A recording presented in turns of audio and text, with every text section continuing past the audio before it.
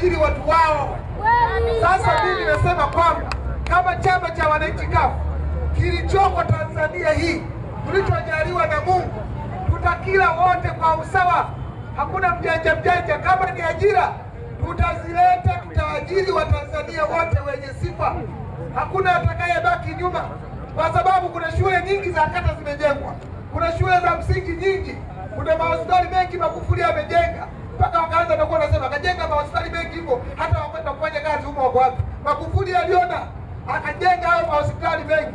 Na mimi nasema hivi, hayo mashule, hayo mahospitali, hizo ofisi na mapolisi ambao nao ni wachache na wanajeshi wetu, tutatoa ajira hizo, tutawapa Watanzania wote. Kama pesa ni ndogo, tutakula pesa hiyo ndogo, itatuenea, tutabanana hapa hapa.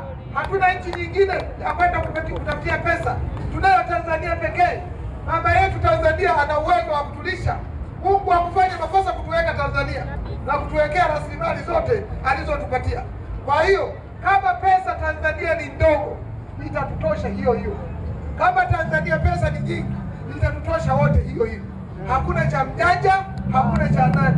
Gongo Samandito nitasimamia mimi kwa hali na mali, na nitalisimamia hili jambo, si watanii. Mimi ni mtu wa vitendo.